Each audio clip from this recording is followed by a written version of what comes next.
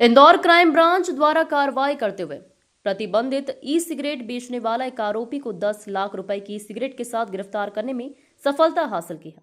पकड़ा गया आरोपी इंदौर शहर में पढ़ने वाले छात्र को नवयुवकों को नशे की लत लगाकर प्रतिबंधित ई सिगरेट की सप्लाई कर रहा था।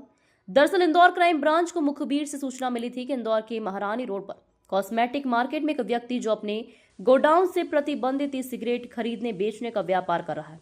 मुखबिर की सूचना पर कार्रवाई करते हुए ब्यूटी विला नाम की शॉप पर दबिश देकर आरोपी उमेश नानिकशाही को हिरासत में लेकर पूछताछ की गई तो आरोपी ने बताया ई सिगरेट भोपाल के पंकज नाम के व्यक्ति से लाना कबूल किया है। वहीं आरोपी उमेश के कब्जे से पुलिस ने 304 ई सिगरेट हुक्का फ्लेवर 560 हुक्का 30 नग, charcoal 20 box, 12 kilo liquid flavour कुल कीमत 10 लाख रुपए जब्त किया है, जिसकी कीमत 10 लाख रुपए बताई जा रही है। वहीं आरोपी उमेश द्वारा ऑनलाइन रैपिडो के माध्यम से छात्र और नौजवानों को सिगरेट की सप्लाई कर रहा था।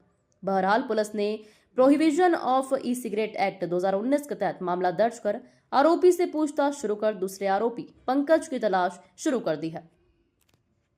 कॉस्मेटिक की दुकान है जिसको कि ब्यूटी विला के नाम से है कॉस्मेटिक की दुकान, और इसमें जो उमेश जो व्यक्ति है, उमेश नाम का एक व्यक्ति है, वो उसको चला रहा था और उसका गोदाम ऊपर ही था।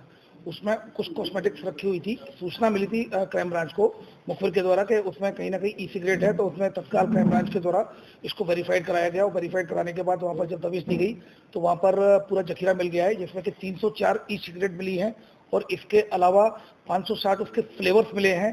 30 हुक्का जो हुक्का होता है जिसके द्वारा ये पीते, तो 30 हुक्का मिले हैं।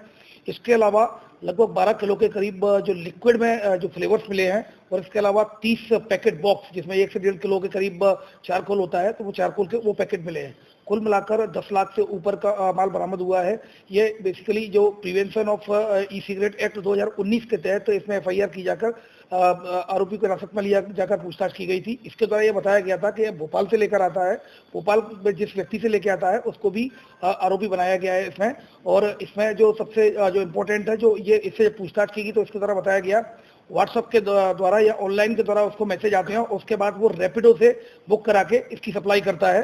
फिलहाल और पूछताछ की जा रही है। पूछताछ के आधार पर वैधानिक कार्रवाई रैपिडो के आधार पर और ये किन किन कस्टमरों को बेचता था उन पर भी कार्रवाई क्राइम ब्रांच के द्वारा की जाएगी। रैपिडो वाले को भी आरोपी बनाया? रैपिडो वाले को भी अभी, चूंकि रैपिडो का भी कॉन्टैक्ट नंबर नहीं मिला है, जैसे ही वो मिलेगा तो अगर उसकी नॉलेज में होगा, क्योंकि ये पैकेट बना के उसको बेचते थे रैपिडो के द्वारा, चूंकि पैकेट था अंदर, वो रैपिडो चालक को पता नहीं होता है सामान्यतः कि उसके अंदर क्या है, पार्सल के रूप में वो सप्लाई करते हैं। लेकिन अगर इस तरह किया जाएगा तो उसको भी आरोपी बनाया। कौन-कौन आरोपी, क्या नाम है? अभी फिलहाल उमेश नानिकशाही एक आरोपी बनाया गया है, और इसके अलावा जो भोपाल से लेकर आता है उसको भी आरोपी बनाया गया। कौन नाम? पंकज, भोपाल में पंकज नाम का व्यक्ति है, जिससे कि ये खरीद कर ला भंवरकुआ में जो जिसके खिलाफ कार्रवाई हुई है, वही उसी से ही भोपाल से लेकर आना बताया है।